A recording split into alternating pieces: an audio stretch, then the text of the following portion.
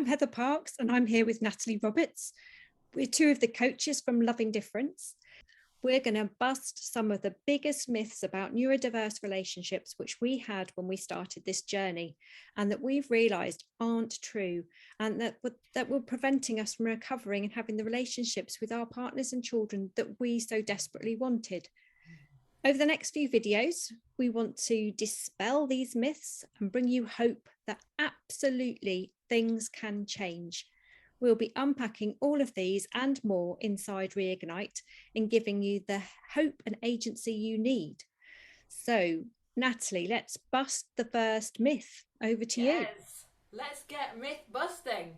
So the first myth that I recall from even when you and I first met, was the idea that in our relationships, to survive it and like it was the best we could hope for.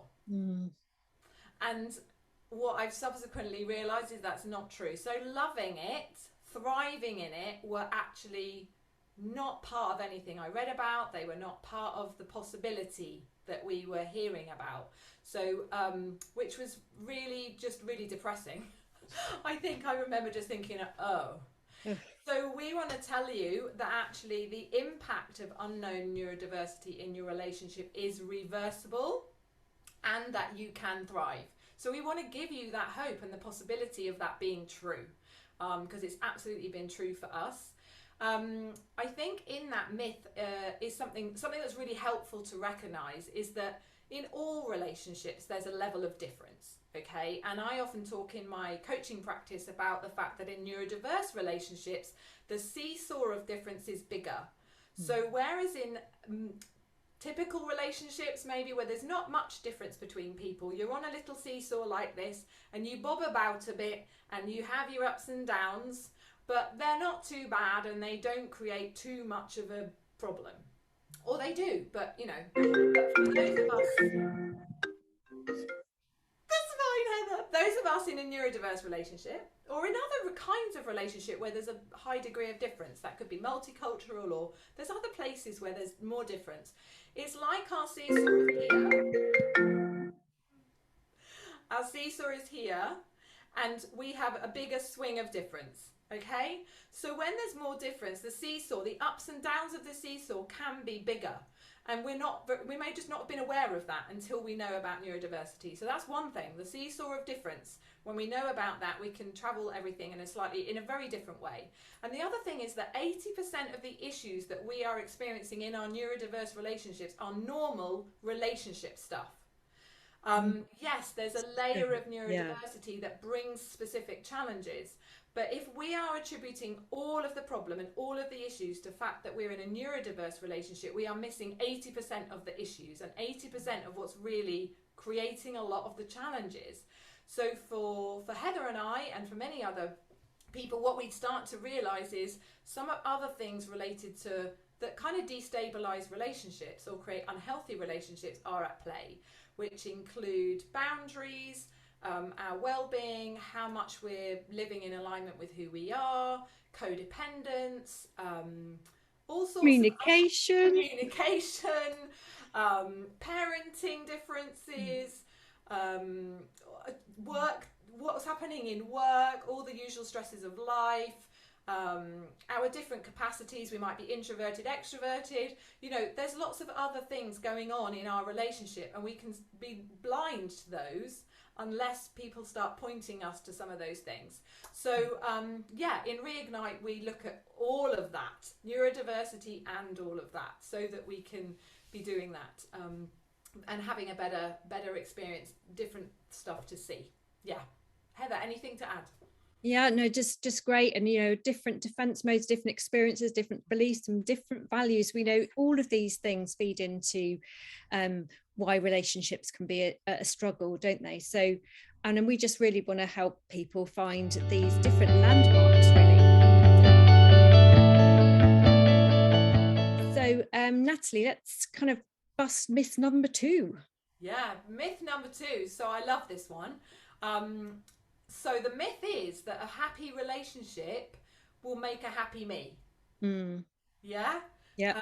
I definitely had that. Like my relationship being good, I'll be happy when my relationship's good. Maybe it even extends to I'll be happy when my husband's okay, my partner's okay, I'll be okay when my kids are okay, you know. So Mm. happy relationships over there mean happy me. And the learning and the realizations for both of us have been actually the opposite, that happy and healthy me makes happy and healthy relationships. And I think this is probably very much even just a cultural conditioned story. All sorts of things lead us into that belief. But actually it's the wrong, it is the wrong way. It's an unhelpful way around, and we're looking for our relationship to produce a happy us, which when we start to unpack it seems a bit, doesn't really make sense, because our relationship is the product of two individuals.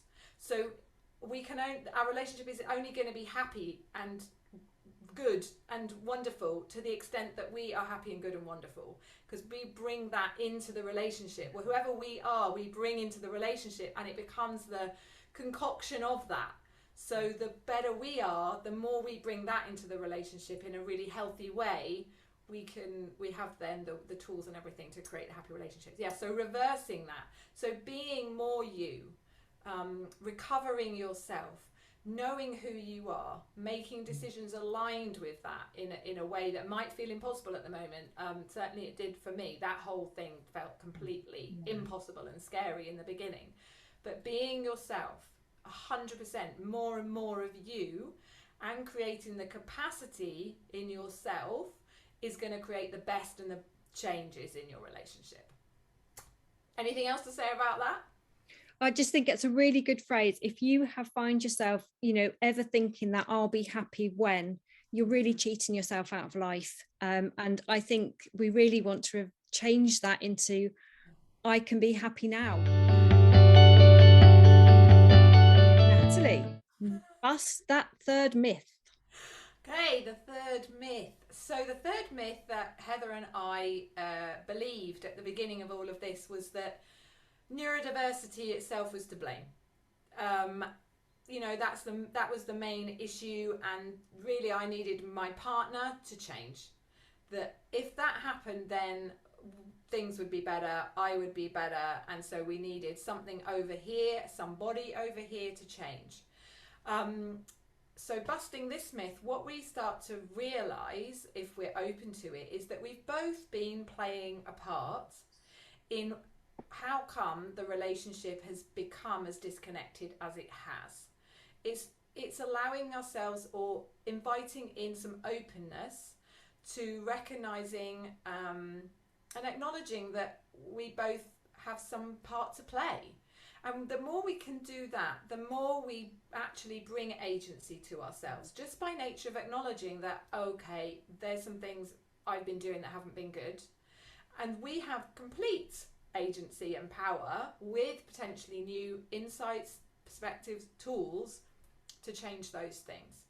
So the new truth for me certainly became that I can change the relationship by working on me, which means that I can recover myself, I can learn new things, and that whilst, yes, it's true that the two of us and the patterns that we have in relationship have created together the issues. Excuse me, I've got a tickly throat and an itchy nose, and I've managed to not itch my nose during the video. But I did need to cough. Anyway, all of that to say that two people do create the issues in the relationship, but the myth is that you need both people to change, or even the other to change for it to get better. No, the truth is that one person can interrupt those patterns and one person can set in motion the change. We may be tired of changing, just to say that's another additional thing that both Heather and I completely recognise. We may be experiencing change fatigue. We may recognise that we've changed ourselves beyond who we are and do all sorts of accommodating. We understand that. So it's not about changing more in an unhealthy way, or to please, or to try to sort things out. It's to change for the better into a much healthier person and version of yourself. reverse the impact of everything, be you, and then have a better time in your relationship. Does that make sense, Heather? Totally. Yeah, absolutely. My experience as well. And what we talk about a lot in Loving Difference, don't we, is the ripple effect. Yes. So you change yourself, you change the way you talk, change the way you communicate, change the way you're being, change your nervous system state, change all these boundaries, all these other things that we've mentioned in a previous video. And then things change, because we're interrelated beings, aren't we? We're not in isolation. So and we do that primarily so that we are better in ourselves. Yeah. The ripple effect is a bonus. I wasn't even expecting it. So when I started to see it, it was a bonus, because my main objective was that I needed to be better. I needed to recover myself. So do that work and then see what happens. Yeah. Absolutely. So Natalie, this one's a tricky one, isn't it? Let's bust myth number 4. Yes, I think this is the trickier one. It feels trickier to dispel in a couple of minutes or so, but we're going to give it our best shot, right? Yep. And in Reignite, this absolutely is one that we're going to dive into. There's a video that supports this myth bust, so that you can have a whole new model and way of thinking about what I'm going to talk about. So yeah, hop in if this is intriguing to you, or if you want to know more about how you can change this in your life. So the myth is, let's just take the phrase, you make me feel, and think about how often we can tend to use that. You make me feel this, you make me feel that, this makes me feel that, that situation, my job makes me feel, anything that sounds like that. What we're doing when we do that is kind of handing over, I think, our agency to something else to decide or figure out, make our feelings. Now, nobody at any of these points is injecting us with these feelings. There's no like, here's the injection, angry, happy. And the truth is, again, maybe another myth to sort of tuck in here, is the idea that we all feel the same things from the same experiences. This isn't true either.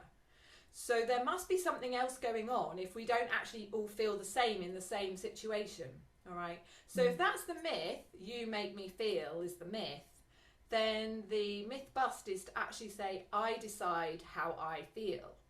And what we'll be diving into more inside of Reignite is all of there's some psychology behind this, there's some physiology behind this, there's some nervous system stuff behind this, there's some conceptual work around our beliefs and values to do with this. But it basically is realizing that rather than the experience that's happening or the thing that's happening out there being the thing that, or the what would you call it, the trigger of my experience or my feeling, what's actually creating the feeling and the experience you're having is what's inside you underneath, further down, which may include beliefs, your experience today, your values, all sorts of other things that we're going to unpack and get to know. But when we're willing to step into the idea or the belief that I decide my vibe, I decide how I feel, I've been doing it forever, I just didn't know. Wow, it actually becomes really empowering to be able to know that I can do more about that than I realise. Yeah, what else do you want to say about that, Heather? Well, you know that my passion always going to come down to nervous system stuff, and it comes into so much of this kind of myth busting this one, doesn't it? Because you know how we are inside, how our physiology is, affects the stories that we tell and the experience that we have. So yeah, I'd love unpacking that. So it's just going to be really exciting. And Reignite. I was just going to say, this is something, that myth, or that what we're busting as a myth there, isn't unique to neurodiverse relationships. No. Like, you make me feel is what people are saying all over the place in every situation. So again, it's recognizing that this is about willingness to explore areas more than simply the neurodiversity that you're also needing to reverse and recover from the impact of that. So but this is a huge and really empowering element of Reignite. Yeah, it is.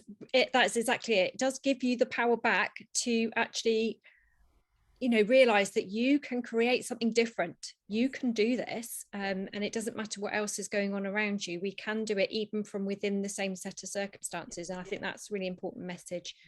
And I hope that's made you a little bit curious. I hope that's given you some kind of, oh, I want to know more. And if you do, what we're going to do in Reignite is we're going to give you all the space and the time and professional support to bring some attention to all of this so that you can decide what you need next.